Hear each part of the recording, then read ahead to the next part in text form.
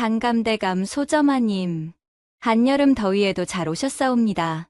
이 이야기를 듣지 않으면 얼음 동동식혜에 엿기름이 빠진 것과 같을 터이니 자리 고이 펴고 귀 기울이시지요.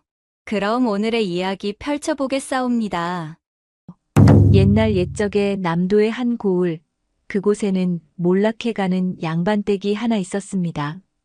대대로 이어져 온 기와집이었지만 이제는 처마가 기울고 담장이 무너져 내리는 형편이었죠. 그 집에 새 며느리가 들어온 것은 봄꽃이 한창 피어나던 때의 일이었습니다.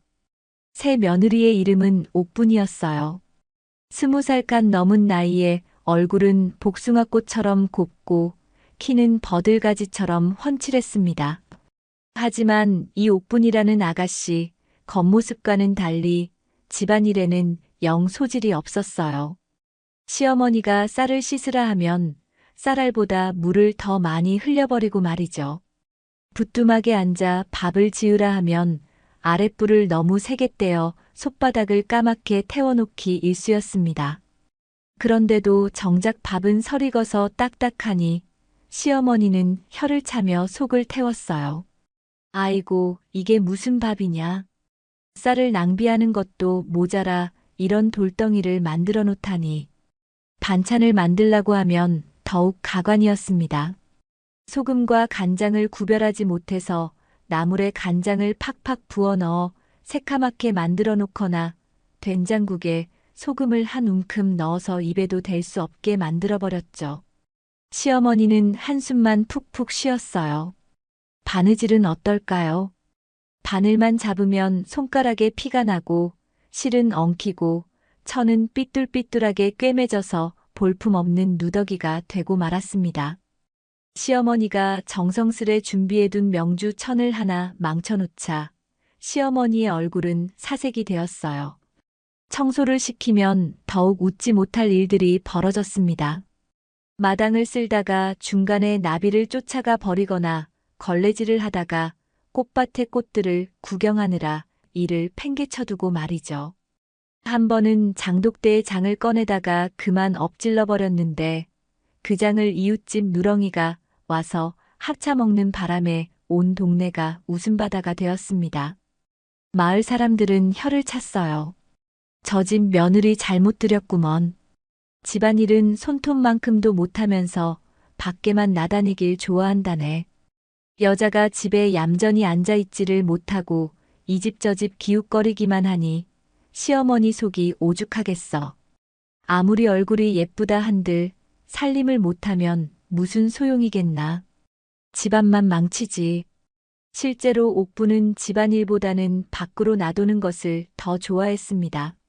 아침 일찍 일어나서는 마을 우물가로 나가 아낙네들과 수다를 떨고 오후에는 장터까지 구경을 나가곤 했어요. 돌아올 때면 어김없이 빈손이었지만 얼굴만은 환하게 웃고 있었습니다.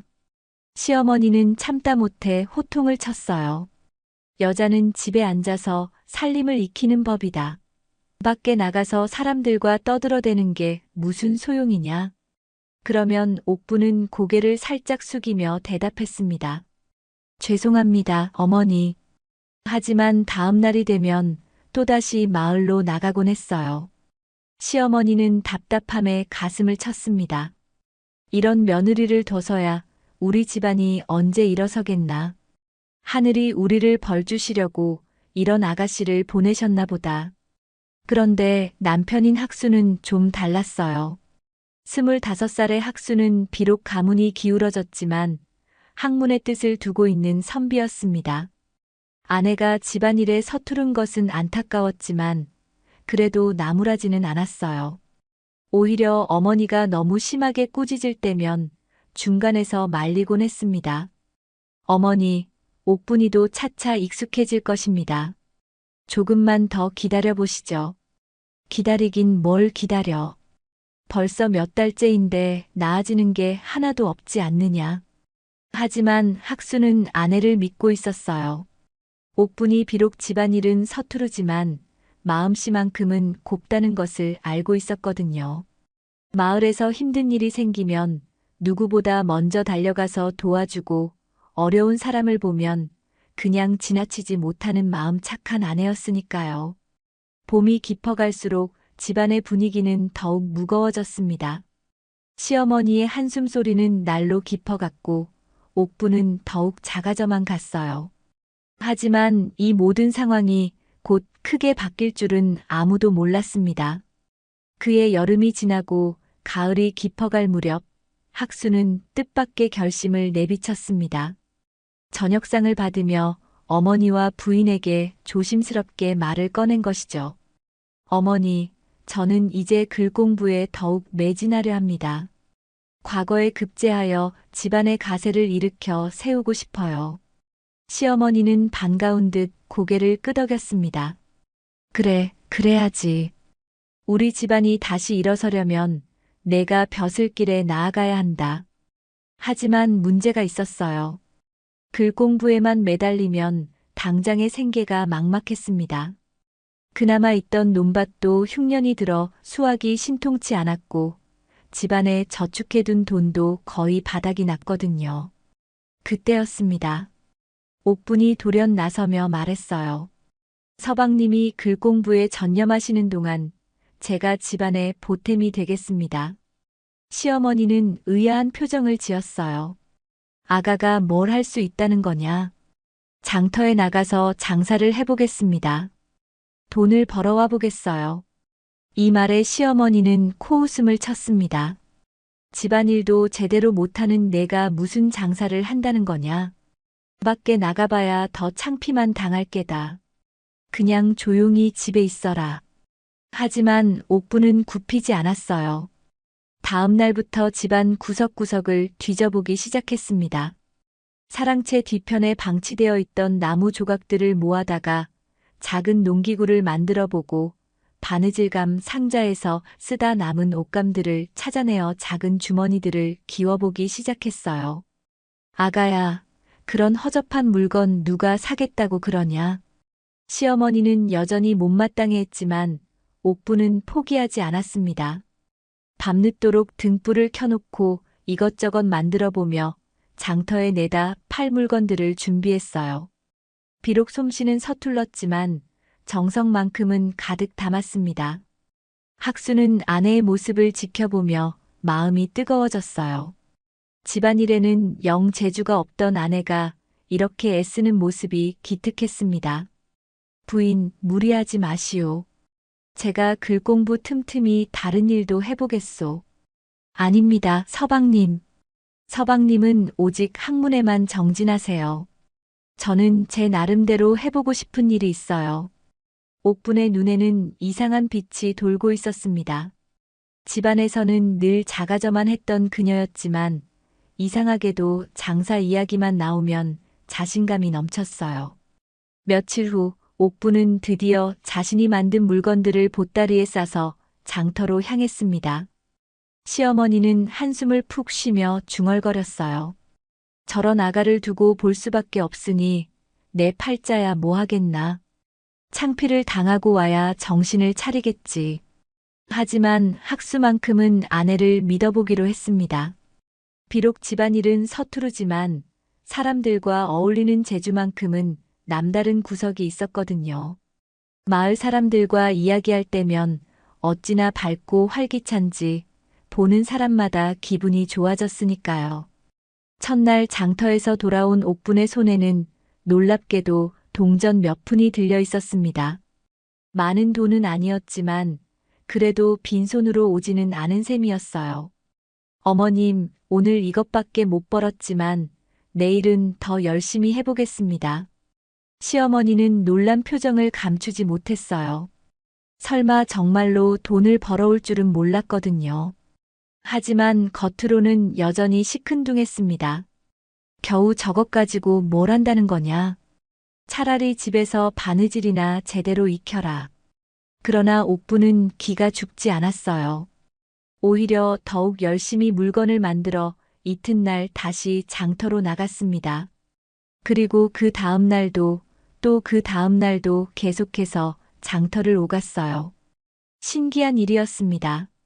날이 갈수록 옥분이 벌어오는 돈이 조금씩 늘어나기 시작한 거예요. 처음에는 한두 푼에 불과했던 것이 나중에는 10푼, 20푼까지 늘어났습니다. 더욱 놀라운 것은 옥분의 표정이었어요. 집에서는 늘 시무룩하고 작아져 있던 그녀가 장터에서 돌아올 때만큼은 환한 웃음을 띠고 있었거든요. 마치 자신의 진짜 모습을 찾은 것 같았습니다. 학수는 아내의 변화를 지켜보며 생각에 잠겼어요. 혹시 자신들이 아내를 잘못 보고 있었던 건 아닐까요? 집안일에만 매여 아내의 다른 재능을 못 본 건 아닐까 싶었습니다.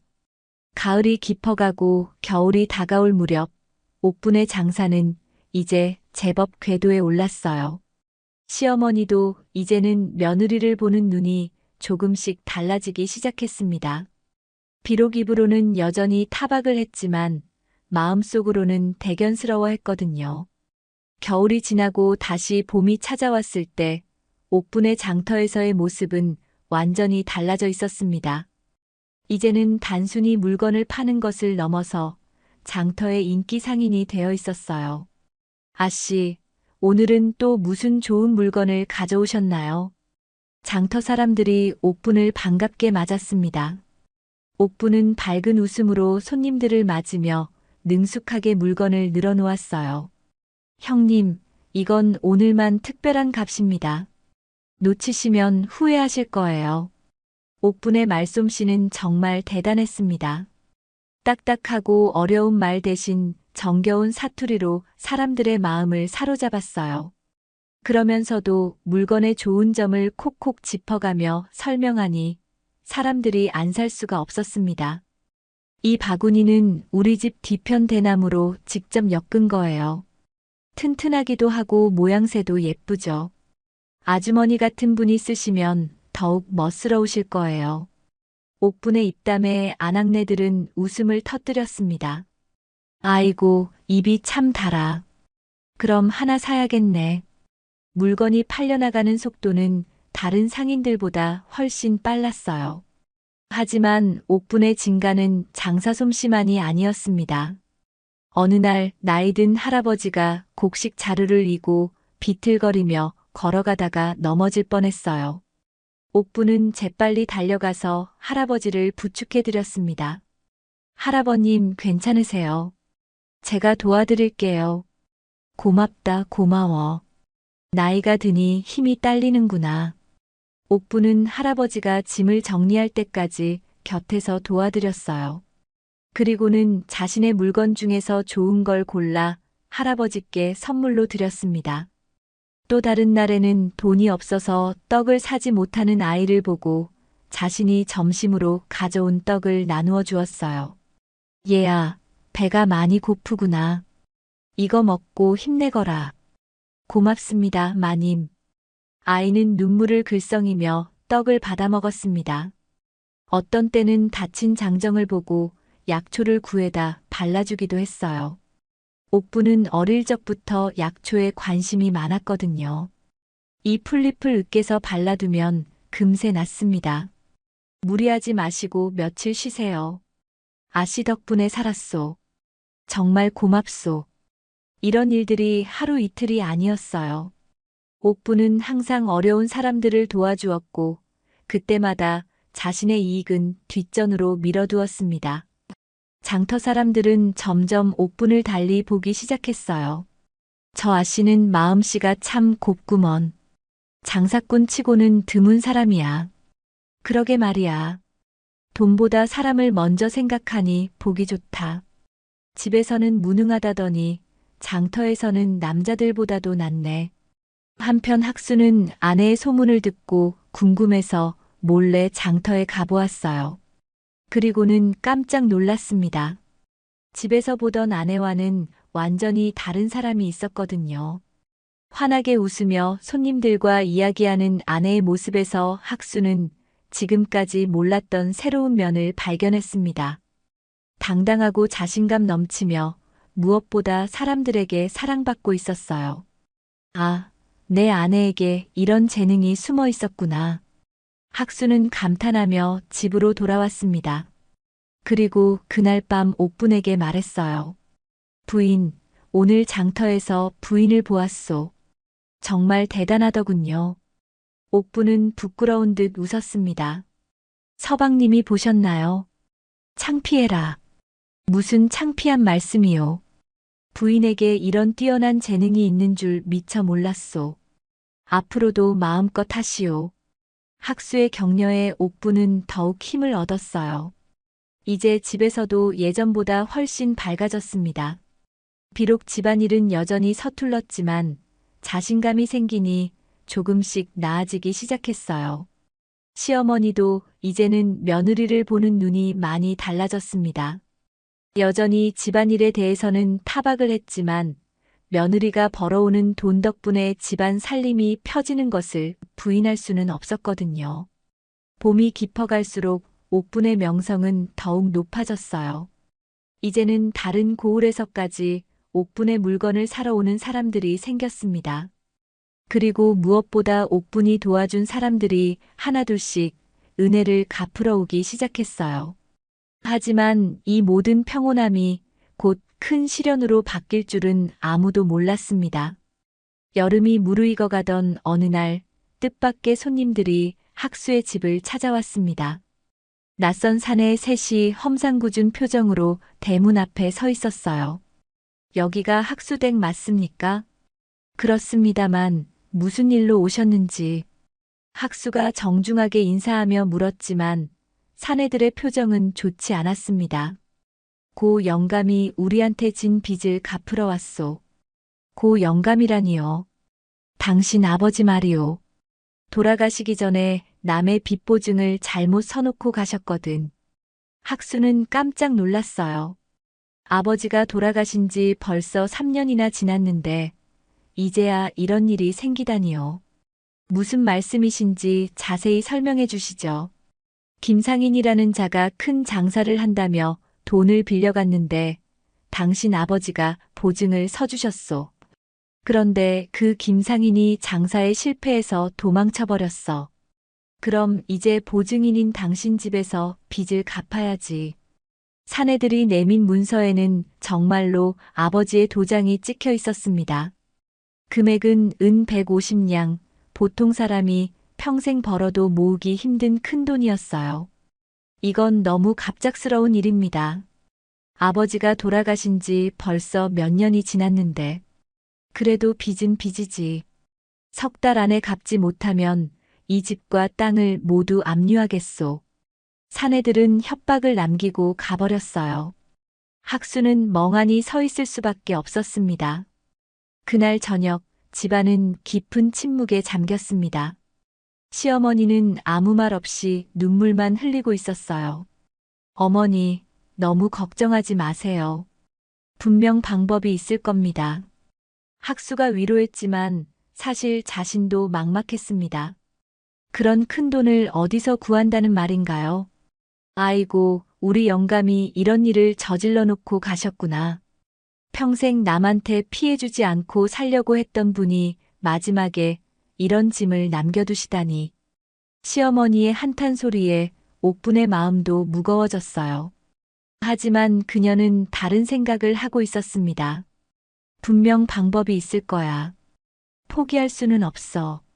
다음 날부터 학수는 평소 알고 지내던 양반집 친구들을 찾아다니기 시작했어요. 어릴 적 함께 글 공부했던 친구들이 몇 명 있었거든요. 첫 번째로 찾아간 곳은 이방 벼슬을 하고 있는 성훈이었습니다. 성훈아, 나 좀 도와줄 수 없겠나? 학수가 사정을 털어놓자 성훈은 난처한 표정을 지었어요. 학수야, 마음은 있지만 나도 요즘 형편이 어려워서 말이야. 벼슬살이 한다고 돈이 남아도는 게 아니거든.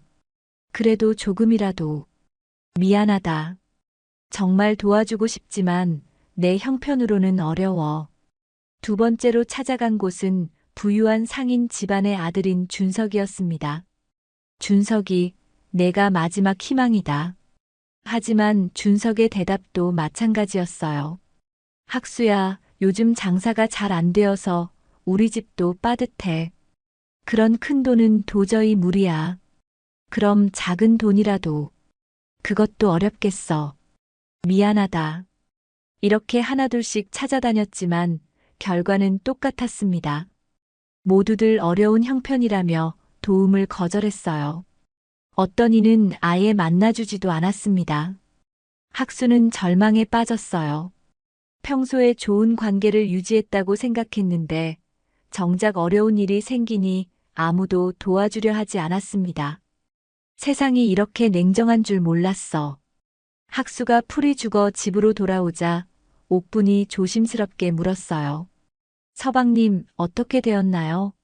모두들 어렵다며 거절하더군요. 이제 정말 방법이 없는 것 같소. 그때 옥분이 갑자기 일어섰습니다. 서방님, 어머님, 제게 한번 기회를 주세요.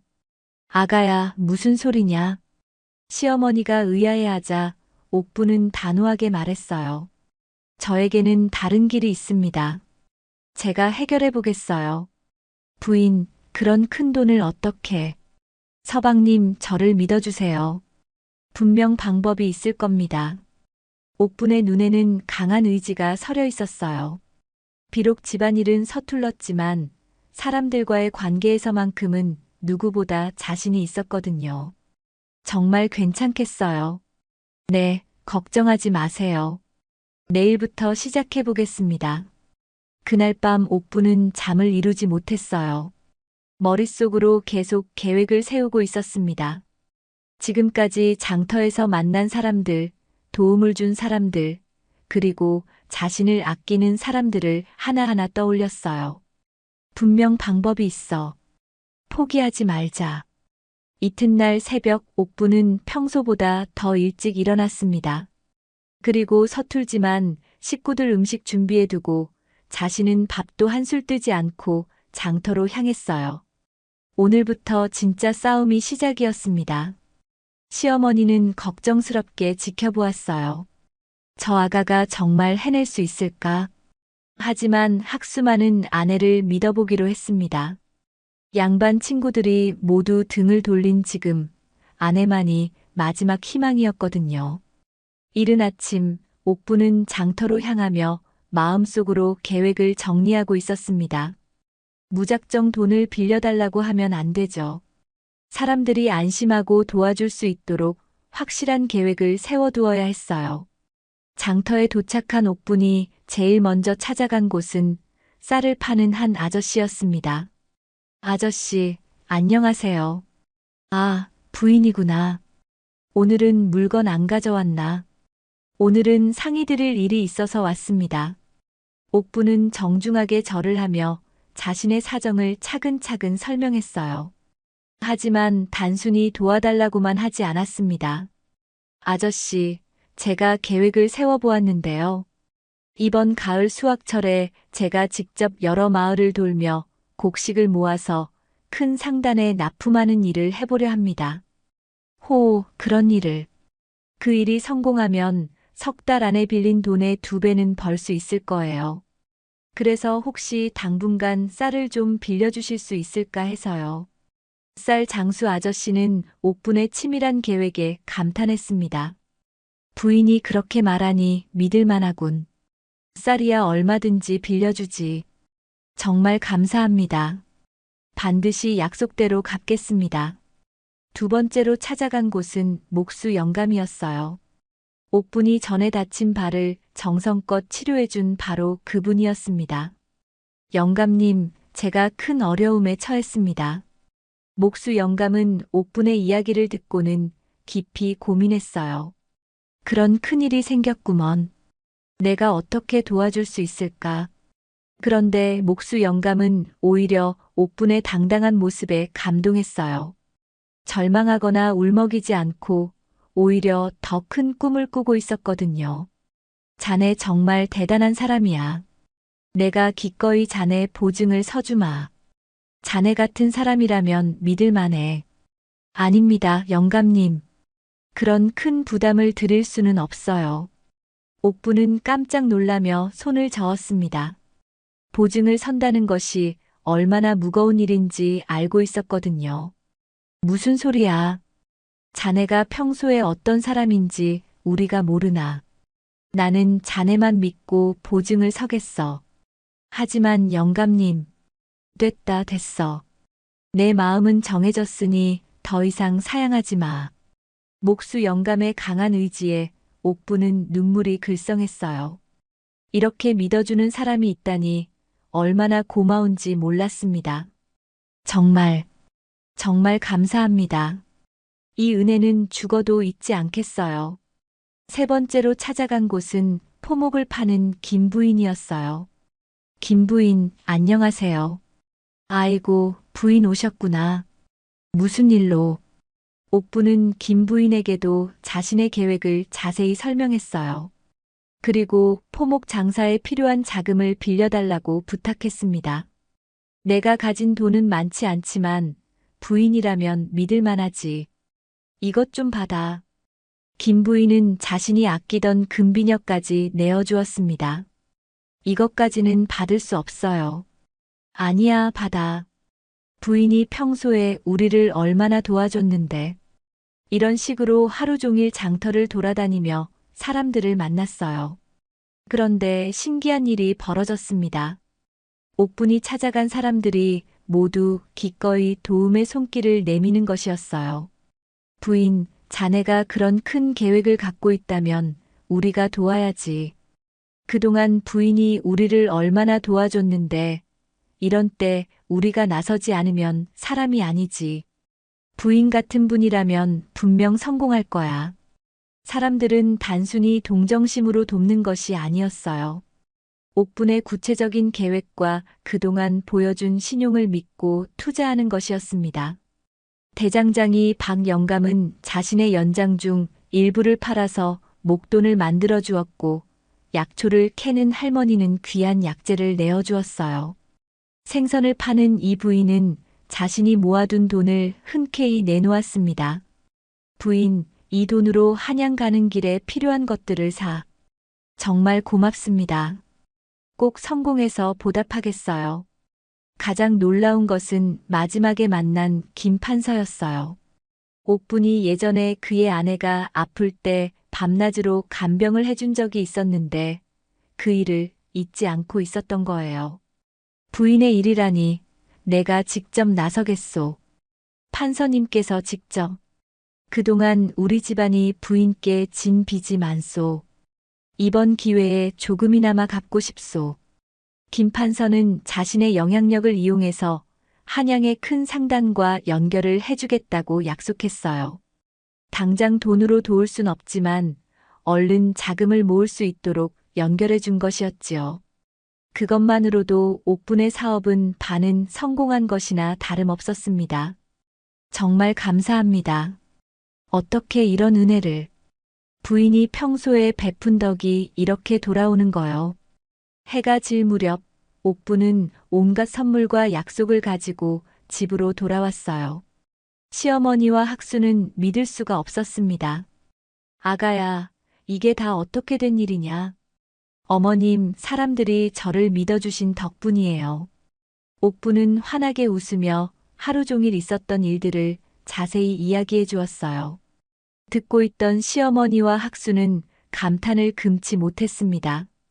부인, 정말 대단하오. 이렇게 많은 사람들이 부인을 믿어준다니. 다 부인이 평소에 쌓은 덕이지. 그날 밤 옥부는 더욱 구체적인 계획을 세웠어요.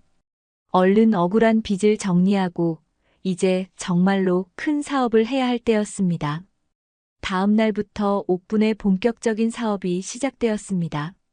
목수 영감의 보증과 김 판서의 후원, 그리고 장터 사람들의 도움을 받아 지금까지와는 차원이 다른 큰 장사를 벌이게 된 거예요. 우선 사람들이 도와준 덕분에 당장 급한 보증선 빚을 해결할 수 있었어요. 더 나아가 빌린 돈과 물품들을 해결할 수 있는 사업의 기반까지 조금씩 마련해 둘 수 있었죠. 이 모든 것이 평소에 믿음직스럽고 신용 있는 모습을 본 사람들의 도움의 손길로 이뤄진 것이었습니다. 부인, 자네가 평소에 어떤 사람인지 우리가 다 알고 있으니까 이렇게 도와주는 거야. 맞아. 부인은 약속을 어기는 법이 없어. 그러니까 우리가 믿고 돕는 거지. 사람들의 진심 어린 믿음에 옥부는 더욱 책임감을 느꼈어요.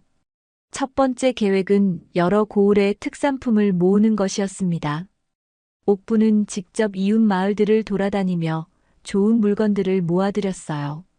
이 고을꿀은 정말 유명하다더군요. 맞습니다, 부인. 한양에서도 비싸게 쳐주는 꿀이에요. 그럼 이것들을 모두 사겠습니다. 옥분의 사업수와는 정말 놀라웠어요. 가격을 깎는 것도 능숙했지만 무엇보다 상대방이 기분 좋게 팔 수 있도록 하는 재주가 탁월했습니다. 부인, 자네와 장사하면 기분이 좋아져.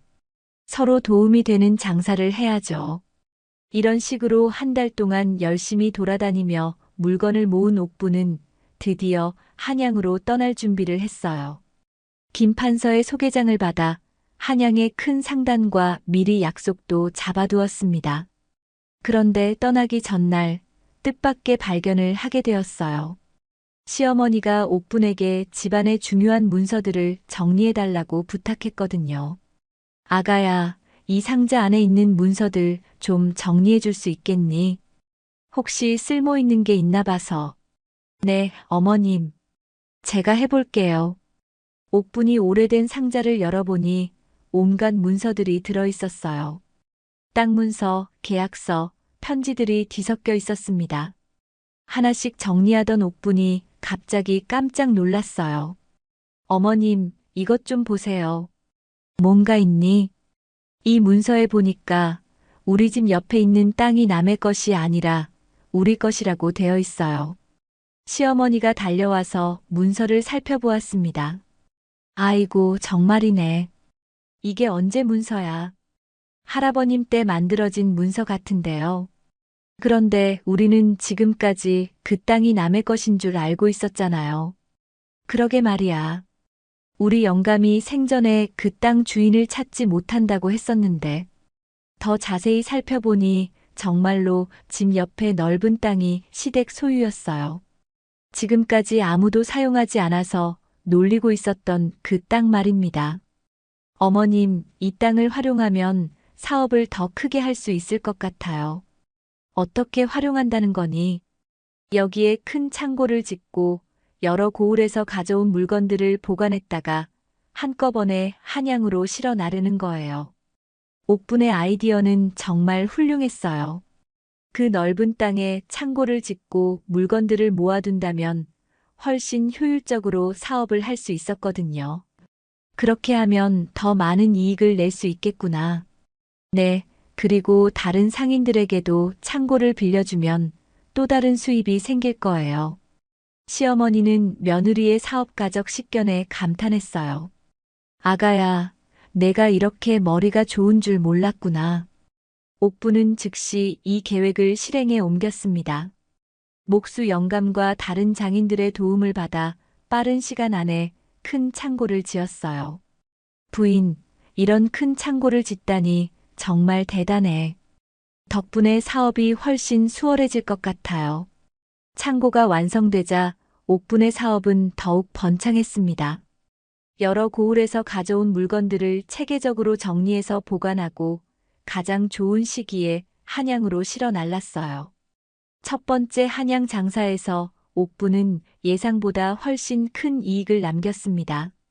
창고를 다른 상인들에게 빌려주는 일도 큰 수입을 가져다 주었고요. 부인, 자네 창고만큼 좋은 곳이 없어.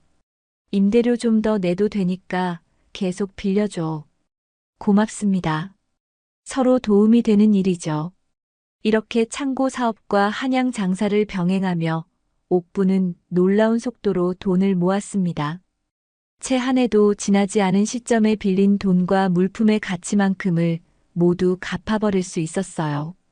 여러분, 약속대로 모든 것을 갚겠습니다. 목수 영감을 비롯한 도움을 준 모든 사람들에게 원금은 물론 이자까지 두둑하게 쳐서 갚았습니다. 부인, 이렇게 빨리 갚을 줄이야. 정말 대단해. 약속은 지켜야죠. 그리고 여러분 덕분에 더 큰 사업을 할 수 있었어요. 사람들은 옥분을 보며 혀를 찼어요. 저 부인은 정말 대단해. 집안일은 젬병이지만 사교성과 사업 수완 하나만큼은 1등이야. 맞아, 사내로 태어났으면 조선을 삼켰을 거라니까. 장사 재주가 저렇게 뛰어난 사람은 처음 봐. 한 해도 안 되어서 빚을 다 갚다니. 이런 신용 있는 사람 또 없을 거야. 이런 평가를 들을 때마다 옥부는 뿌듯했어요. 자신이 진짜 잘할 수 있는 일을 찾았다는 생각이 들었거든요. 어머님, 이제 우리 집안 걱정은 없을 것 같아요.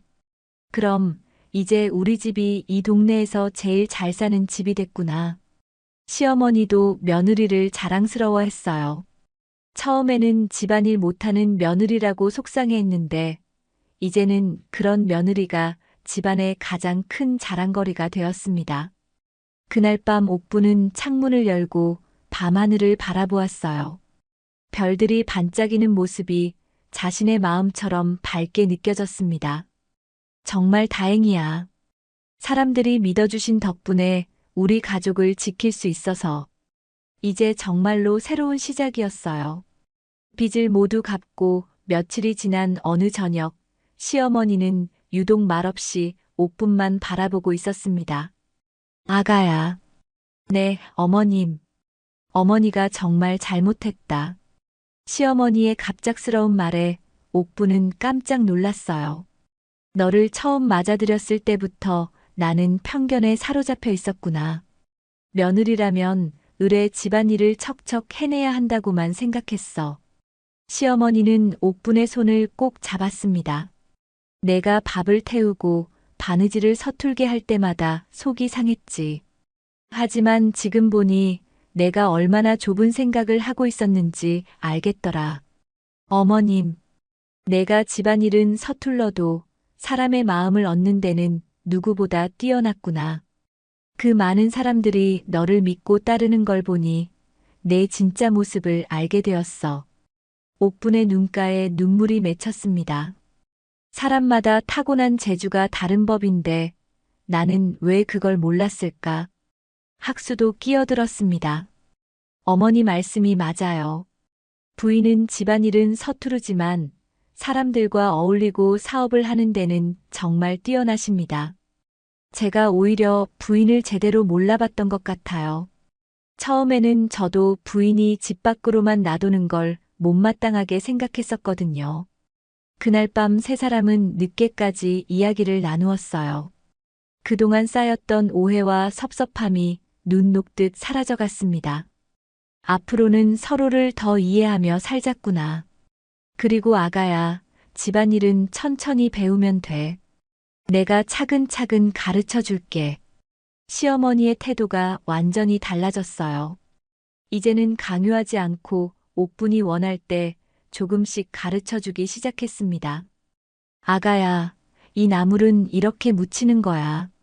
네, 어머님. 이렇게요. 그래, 잘하네. 처음부터 잘하는 사람은 없단다. 옥분도 이제는 집안일에 대한 부담감이 줄어들었어요. 강요받지 않으니 오히려 배우고 싶은 마음이 생겼습니다. 학수도 아내의 사업을 적극적으로 도왔어요. 낮에는 글 공부를 하고 밤에는 아내의 장부를 정리해주며 사업 계획을 함께 세웠습니다. 부인 덕분에 이제 제가 마음 놓고 공부할 수 있어요. 서방님이 밤마다 도와주시니까 제 일도 훨씬 수월해졌어요. 며칠 후 옥분이 처음으로 혼자서 제대로 된 반찬을 만들어냈을 때 시어머니는 눈물을 글썽였습니다. 아가야, 이 나물 정말 맛있구나. 어느 날 저녁 온 가족이 마당에 앉아 달을 보며 이야기하고 있을 때였습니다. 1년 전만 해도 우리 집이 망할 뻔했었는데 이제는 이렇게 평화롭고 풍족해졌잖니. 다 옥분이 덕분이죠. 아니에요. 혼자서는 할 수 없는 일이었어요. 여러분이 저를 믿어주시고 도와주셨기 때문이에요. 저는 집안일은 못해도 이 집의 진짜 보배가 되고 싶었어요. 옥분의 말에 시어머니와 학수는 따뜻하게 웃었어요. 정말로 옥분은 이 집의 가장 소중한 보배가 되어 있었습니다. 그로부터 또 1년이 흘렀습니다. 옥분의 사업은 이제 여러 도에 걸쳐 알려질 정도로 크게 성장했어요. 옥분 부인, 이번에는 우리 경상도 지역까지 와주실 수 있나요? 저희 전라도에서도 부인과 사업을 함께 하고 싶습니다. 다른 도에서까지 사람들이 찾아와 옥분에게 제안할 정도였어요. 집 옆 창고도 이제는 세 채로 늘어났습니다.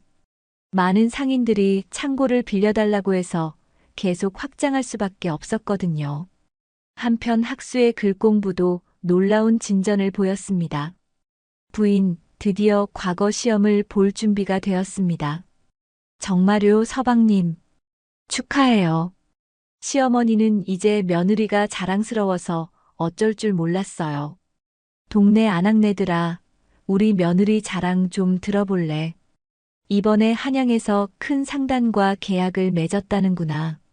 우리 며느리는 정말 특별한 아가야. 사람 됨됨이가 남달라. 옥분도 이제는 집안일을 제법 할 줄 알게 되었어요. 어머님, 제가 만든 김치 어때요? 아이고, 이제 정말 며느리 같아졌네. 맛도 좋고. 어느 봄날, 옥분은 더욱 큰 계획을 말했어요. 서방님, 어머님, 이제 전국을 잇는 큰 상단을 만들어 보고 싶어요. 전국을 잇는 상단이라니. 네, 각 지역의 좋은 특산품들을 서로 연결해서 전국 어디서나 살 수 있게 하는 거예요. 대단한 꿈이군요. 제가 도울 수 있는 일이 있으면 뭐든지 말씀하세요. 그해 여름 마을에 큰 잔치가 벌어졌어요. 옥분이 마을 사람들을 위해 베푼 감사 잔치였습니다. 여러분이 저를 도와주신 덕분에 오늘의 제가 있을 수 있었어요. 부인 덕분에 우리 마을이 이렇게 번영하게 되었잖아요. 그날 저녁 잔치가 끝나고 온 가족이 집으로 돌아와 앉아 있을 때였습니다. 몇 년 전만 해도 집안일 못하는 며느리 때문에 속상해했는데 이제는 이런 자랑스러운 며느리를 뒀구나. 아가야, 내가 우리 집에 온 건 정말 하늘이 내린 복이었어. 부인, 저도 처음에는 부인을 제대로 이해하지 못했어요. 하지만 지금은 알겠어요. 부인은 정말 특별한 사람이라는 걸.